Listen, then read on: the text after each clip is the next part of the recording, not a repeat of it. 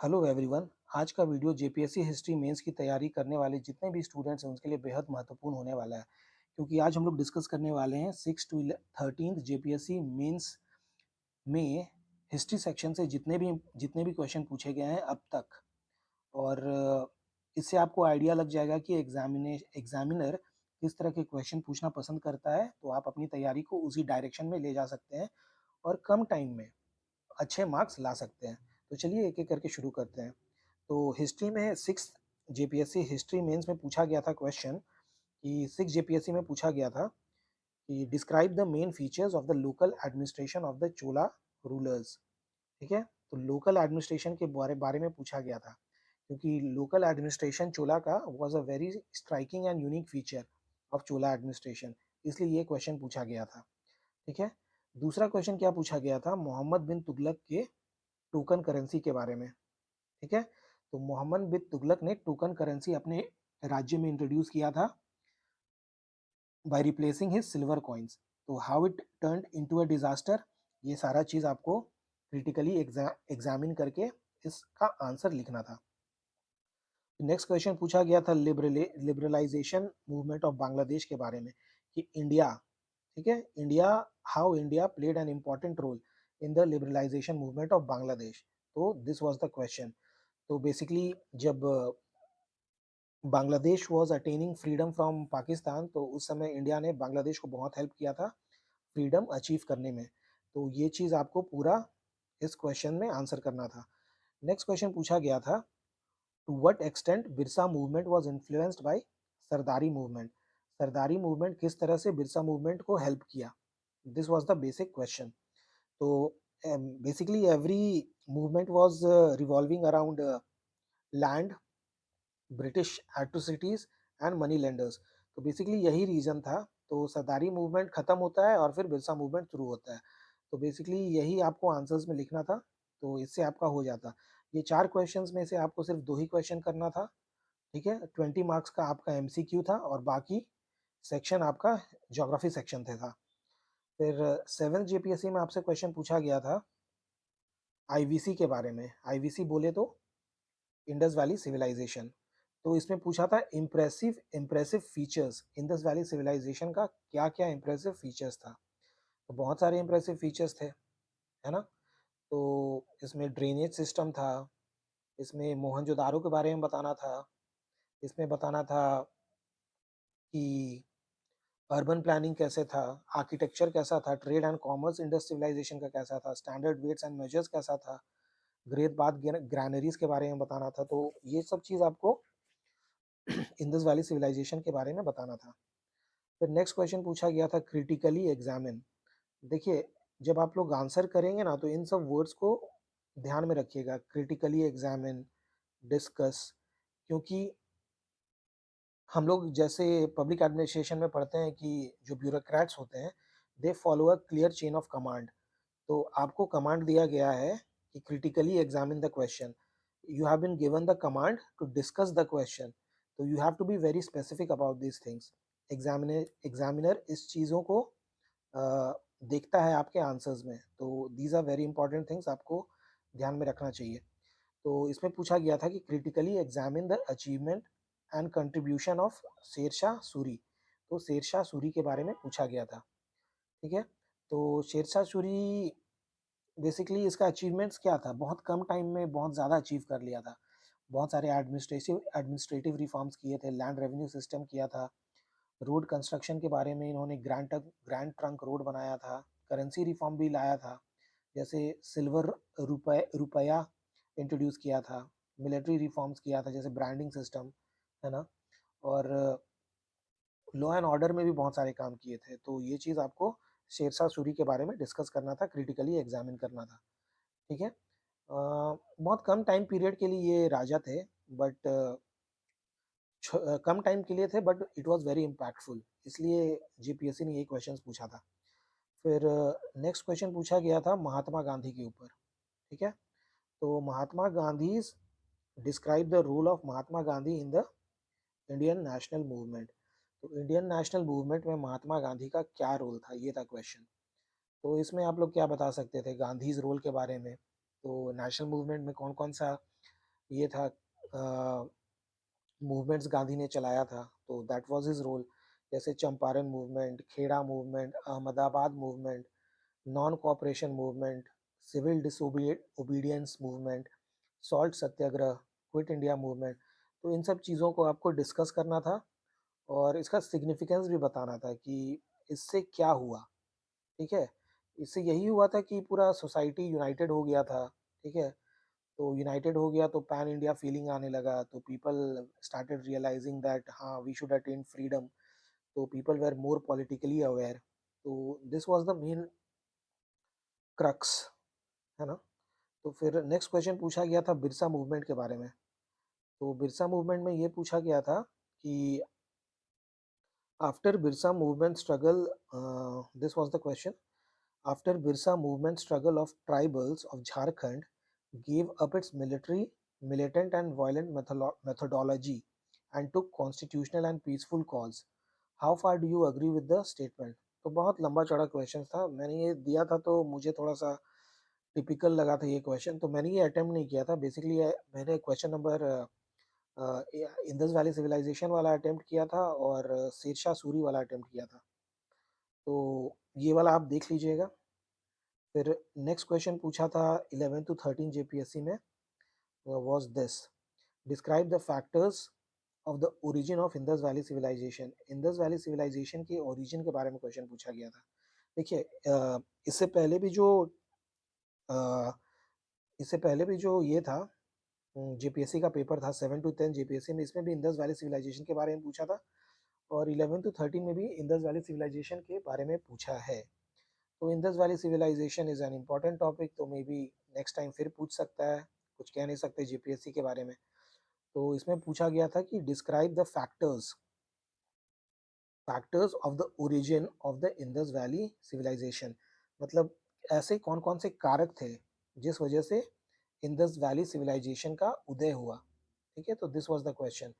तो क्या कारण हो सकते हैं, एक रफ आइडिया मैं बता देता हूँ कि जो एरिया था, सिंध रीजन, पंजाब सिंध वाला रीजन, तो वो एरिया बहुत फर्टाइल था। वहाँ पे इंदस इंदस रिवर फ्लो करता था, तो रिवर के एडजेसेंट वहाँ पे सिविलाइजेशन सेटल करना स्टार्ट हुए, है ना। तो फिर क्यों, क्योंकि agriculture was possible there, water was there, तो एग्रीकल्चर वाज इन सरप्लस। ठीक है, तो एग्रीकल्चर होने लगा तो वहाँ पे फिर people started building their houses. जब हाउसेस बन गया तो they needed a market place, है ना, कि जहाँ पे एग्रीकल्चर एग्रीकल्चर वाला जो माल है वो जाके बेचे। तो एक तरह से इकोनॉमिक ग्रोथ होने लगा, टेक्नोलॉजी का डेवलपमेंट हुआ, मेटलर्जी, है ना, वहाँ पे ये सब होने लगा। फिर पॉलिटिकल ऑर्गेनाइजेशन एंड अर्बनाइजेशन, तो अर्बनाइजेशन भी स्टार्ट होने लगा धीरे धीरे। पहले रूरल रूरल एरिया में एग्रीकल्चर हुआ, एग्रीकल्चर से मूव किया, छोटा छोटा सेटलमेंट्स बनने लगा, फिर छोटे छोटे सेटलमेंट्स बनने लगा, फिर उसके बाद फिर अर्बन अर्बन सिटीज भी डेवलप हो गया। तभी तो इंडस वैली सिविलाइजेशन को दो पार्ट्स में डिवाइड किया जाता है, upper upper upper upper town and lower town में, है ना। तो फिर these were the things which were the factors for the origin of Indus valley civilisation. तो आपको बेसिकली ये लिखना था आंसर्स में। फिर नेक्स्ट क्वेश्चन पूछा गया था अलाउद्दीन खिलजी के ऊपर, तो क्रिटिकली एनालाइज करना था मार्केट रिफॉर्म्स। तो अलाउद्दीन खिलजी ने बहुत सारे मार्केट रिफॉर्म्स इंट्रोड्यूस किए थे, है ना। तो कौन कौन से मार्केट रिफॉर्म्स थे, जैसे बोल सकते हैं कि प्राइस कंट्रोल सिस्टम इंट्रोड्यूस किया गया था, है ना। फिर एक अलग से मार्केट बनाया था ग्रेन्स के लिए, क्लॉथ्स के लिए, हॉर्सेस के लिए और स्लेव्स के लिए। और फिर एक शहना मंडी भी बनाया था। और बोल सकते हैं एक होर्डिंग एंड ब्लैक मार्केटिंग को भी प्रोहिबिट किया था, क्योंकि there were few peoples who used to practise illegal, तो होर्डिंग करते थे, ब्लैक मार्केटिंग करते थे, तो उसके लिए भी पूरा सिस्टम बना के रखा था। और सोल्जर्स थे उनको फिक्स सैलरीज पे रखा था, है ना। तो फिक्स सैलरीज पे रखा था, तो दीज वेर द थिंग्स। तो ये चीज़ आपको आंसर करना था अलाउद्दीन खिलजी के बारे में। I think you are getting the idea कि किस तरह के क्वेश्चंस पूछे गए हैं, है ना। तो अपना प्रिपरेशन उसी डायरेक्शन में करिए। फिर नेक्स्ट क्वेश्चन पूछा गया था 1857 रिवोल्ट के बारे में। इसमें बोला गया है कि फर्स्ट वार ऑफ इंडिपेंडेंस था, comment on your statement. Question था कि the 1857 revolt was the first war of independence, comment on the statement. तो इस पे आपको अपना कमेंट देना था कि क्या ये फर्स्ट वॉर ऑफ इंडिपेंडेंस था? तो historians are divided on this, some से यस, सम से नो, है ना? तो जो सपोर्ट करते हैं, क्यों reasons for supporting this statement, कि वाइड स्प्रेड पार्टिसिपेशन था, कॉमन एंटी ब्रिटिश सेंटिमेंट्स जुड़ा हुआ था, है ना? एंटी ब्रिटिश सेंटिमेंट्स था, desire to end foreign rules. तो दीज वर द थिंग्स। फिर नेक्स्ट क्वेश्चन पूछा गया था ट्राइबल रिवोल्ट के ऊपर, led by Birsa Munda. Birsa Munda is a evergreen topic. ये आपके हर एग्जाम में पूछा जा रहा है कि बिरसा मुंडा के बारे में। तो इस बार भी वेरी वेरी हाई प्रोबेबिलिटी है कि आप 40 मार्क्स में से 30-35 स्कोर कर सकते हैं अगर आप बिरसा मुंडा के बारे में 360 डिग्री प्रिपेयर करके जाएं तो इसलिए मैं तो बिरसा मुंडा के बारे में इस बार प्रिपेयर करके जाऊंगा। Just waiting for the result. Result आता है then I start my preparation उसी हिसाब से। तो tribal revolt led by Birsa Munda के बारे में पूछा था कि anxieties of the peasants in result idioms, है ना? तो इस पे कमेंट करना था। तो फिर नेक्स्ट क्वेश्चन, बैकलॉग में जो क्वेश्चन पूछे गए थे, तो बैकलॉग में क्वेश्चन पूछे गए थे मगधा के बारे में, राइज ऑफ मगधा, है ना? तो पूछा था कि give an account of the rise of Magadha as the most formaldehyde, sorry, formidable, ठीक है, Mahajanapada around the 6th century BC। तो दिस वाज द क्वेश्चन। तो इसमें बेसिकली आप क्या आंसर कर सकते थे? इसमें कर सकते थे कि reason for rise of Magadha, क्यों मगधा एम्पायर राइज किया? तो बेसिकली मगधा जो रीजन था बिहार वाला, वहाँ पे फर्टाइल गंगा प्लेन्स था, तो इसलिए धीरे धीरे वहाँ पे people started to develop themselves. फिर वहाँ पे आयरन डिपॉजिट्स बहुत ज़्यादा था, है ना? वहाँ का जोग्राफिकल लोकेशन बहुत अच्छा था क्योंकि surrounded by waters from 3 sides. तो जब मतलब फॉरेन अटैक होता था, foreign attack in the sense कि इफ व्हेन दुश्मन अटैक करते थे, तो बेसिकली उतना इफेक्टिव नहीं हो पाता था और बच जाता था, तो इसलिए जोग्राफिकल लोकेशन वाज इम्पोर्टेंट। फिर जो मगधा रूलर्स थे, कुछ कुछ बहुत इंपॉर्टेंट रूलर्स थे, जैसे बिम्बिसार, आजाद शत्रु ने फिर बहुत इनोवेटिव वेपन्स बनाए थे, है ना? रथ शिला, what was that, I am forgetting that name. चलिए ठीक है। फिर एफिशिएंट एडमिनिस्ट्रेशन एंड आर्मी था। फिर ट्रेड रूट्स को भी ये लोग कंट्रोल करते थे, तो इसलिए मगधा जो था एक फॉर्मिडेबल पावर के रूप में उभर के आता है 6th century BC में। फिर नेक्स्ट क्वेश्चन पूछा गया था कि main features of Indo Islamic architecture. इसमें तो आपको डायग्राम बनाना था, तो डायग्राम बना के आपको डिफरेंट इस्लामिक आर्किटेक्चर के बारे में बताना था, जैसे पिट्रा ड्यूरा वगैरह हो गया, ज्योमेट्रिक पैटर्न्स हो गया, आर्चेस और डोम्स का यूज़ किया गया, मिनारेट्स का यूज़ किया गया था, लार्ज गेटवेज, फिर डेकोरेटिव कार्विंग्स का भी यूज़ किया गया था, है ना? सैंडस्टोन और मार्बल का भी यूज़ किया गया था। तो इंडो इस्लामिक आर्किटेक्चर का कुछ एग्जांपल्स बोले तो Taj Mahal is an example of Indo Islamic architecture, Qutub Minar is an example of Indo Islamic architecture, Jama Masjid is also an example of in architecture. ठीक है, तो ये चीज़ आपको डिस्कस करना था विद अ डायग्राम। तो ये अच्छा क्वेश्चन था, इसमें डायग्राम बना के आप अच्छा मार्क्स ले सकते थे। फिर नेक्स्ट क्वेश्चन पूछा गया था discuss the ways and means by which Mahatma Gandhi could transform his struggle for Indian independence into mass movement. ठीक है, तो इंडियन इंडिपेंडेंस को मास मूवमेंट में कैसे ट्रांसफॉर्म किया गया महात्मा गांधी के द्वारा? तो दिस वाज द क्वेश्चन। तो महात्मा गांधी ने बेसिकली क्या किया? महात्मा गांधी का बिगेस्ट पावर था, इसका एक इंट्रोडक्शन आप बहुत अच्छे से स्टार्ट कर सकते हैं। महात्मा गांधी के ऊपर अगर क्वेश्चंस पूछता है तो आप ऐसे स्टार्ट कर सकते हैं कि जवाहरलाल नेहरू के स्टेटमेंट से स्टार्ट कर सकते हैं कि जब when Mahatma Gandhi was shot dead, तो जवाहरलाल नेहरू ने कहा था कि light has gone out of our lives. नीचे लिख दीजिएगा जवाहरलाल नेहरू। तो उसके बाद स्टार्ट करिएगा कि एक लाइन और एक्सप्लेन कर दीजिएगा कि वाई